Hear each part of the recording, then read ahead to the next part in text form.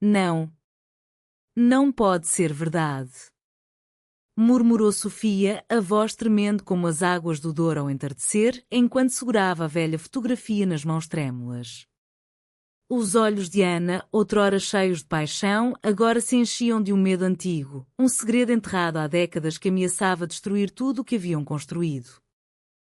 Tudo começara de forma tão inocente, num escritório modesto no coração do Porto, onde o cheiro a café fresco e o som distante dos elétricos preenchiam os dias. Sofia Oliveira, uma arquiteta de 28 anos, com cabelos castanhos ondulados que caíam como as vinhas do Douro e olhos verdes que refletiam a luz dos azulejos das fachadas antigas, chegara à firma de restauro há apenas 6 meses.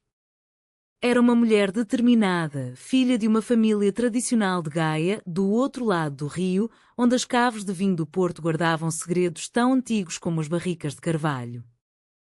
Ana Ribeiro, com 30 anos, era a chefe de equipa, uma designer gráfica de olhar penetrante, cabelos curtos avermelhados que captavam o sol poente da ribeira e um sorriso que iluminava as salas cinzentas do escritório. Criada numa família conservadora do bairro da Sé, Ana sempre fora discreta sobre a sua vida pessoal, focando-se no trabalho com uma paixão que contagiava todos.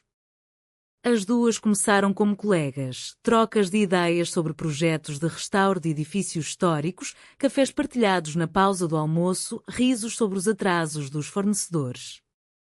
Mas algo mudou numa tarde chuvosa de outono, quando o Porto se vestia de névoa e as luzes da ponte Dom Luís I brilhavam como estrelas caídas no rio. Estavam a trabalhar até tarde num projeto urgente, a restauração de uma casa antiga na Rua das Flores, coberta de azulejos azuis e brancos que contavam histórias de séculos passados. A chuva batia forte nas janelas e o escritório estava vazio. Sofia, olha isto, disse Ana, aproximando-se com o computador portátil. Os seus ombros tocaram-se ligeiramente e Sofia sentiu um calor subir pelo corpo, algo que nunca experimentara com tanta intensidade. É perfeito. Como tu o desenhaste, respondeu Sofia, corando sem saber porquê. Ana virou-se, os olhos fixos nos dela. O silêncio encheu o ar, quebrado apenas pelo tamborilar da chuva. Sabes, Sofia, há meses que penso em ti. Não como colega. Como algo mais. As palavras saíram baixas, quase um sussurro, carregadas de uma vulnerabilidade que Ana raramente mostrava. Sofia, o coração acelerado, aproximou-se. Os lábios encontraram-se num beijo tímido, depois urgente, como se o Douro inteiro corresse dentro delas. Naquela noite, sob a luz fraca das lâmpadas do escritório, descobriram um amor que parecia destinado, como as rabelos que navegam o rio carregadas de vinho precioso. Nos meses seguintes, o relacionamento floresceu em segredo. Encontros discretos na ribeira, passeios de mão dada ao amanhecer pela marginal de Gaia, onde as caves de vinho exalavam aromas doces e antigos. Jantares em pequenos restaurantes escondidos, onde ouviam fado ao vivo, vozes melancólicas cantando saudades que ecoavam às suas próprias emoções reprimidas. Ana apresentava Sofia as tradições portuenses, um copo de Porto Tawny ao pôr do sol, vistas da Torre dos Clérigos, piqueniques nos jardins do Palácio de Cristal com vista para Rio. És a minha saudade personificada, sussurrava Ana, beijando a testa de Sofia enquanto observavam os barcos passar. Sofia, por sua vez, partilhava histórias da família. O pai, um produtor de vinho tradicional, a mãe devota, sempre na missa da Sé. Ana escutava, mas evitava falar da sua. São complicados, dizia apenas, mudando de assunto. A paixão crescia, profunda e intensa. Faziam planos, viajar pelo Douro acima, visitar quintas antigas, talvez um dia morar juntas num apartamento com vista para Rio. O amor era puro, romântico, cheio de gestos pequenos, uma flor colhida num jardim, um bilhete deixado na mesa de trabalho. Mas o Porto, com a sua história rica e camadas de segredos, guardava surpresas. Um dia, enquanto ajudava Ana a organizar o sótão da casa familiar, uma moradia antiga no bairro de Miragaia, com paredes cobertas de azulejos desbotados pelo tempo, Sofia encontrou uma caixa velha, poeirenta. Dentro, fotografias antigas, cartas amareladas. Uma foto em particular chamou-lhe a atenção. Uma mulher jovem, parecida com Ana, ao lado de outra mulher, abraçadas de forma íntima, num jardim que reconhecia como da casa. Ana. Quem são estas mulheres? Perguntou Sofia, a voz baixa, ao descer as escadas. Ana congelou ao ver a foto. O rosto empalideceu. Dá-me isso. Por favor. Mas Sofia não largou. Leu uma carta ao lado, palavras de amor apaixonado, assinadas por Margarida, a mãe de Ana. A tua mãe. Ela amava uma mulher? Ana sentou-se no sofá antigo, as mãos a tremer. Sim. A minha mãe teve um amor proibido nos anos 70, antes de casar com o meu pai. Chamava-se Isabel. Eram jovens, apaixonadas.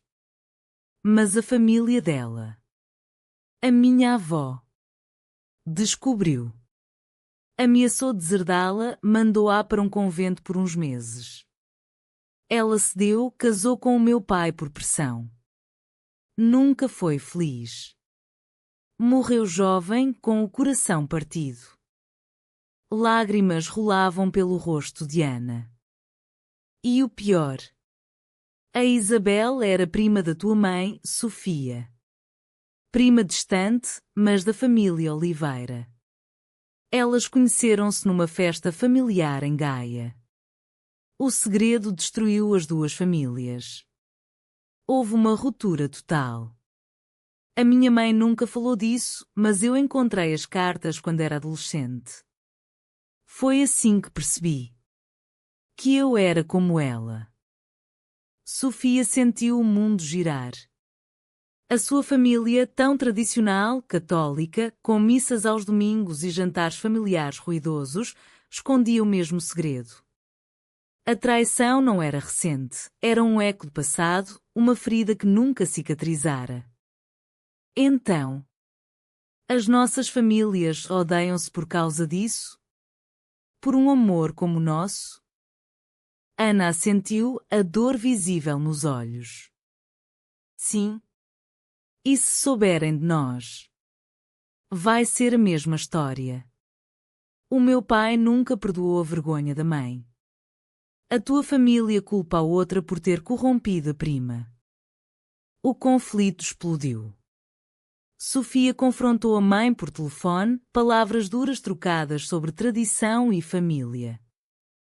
Ana enfrentou o pai, um homem rígido, dono de uma pequena cava em Gaia, que gritou: não vou permitir que a história se repita.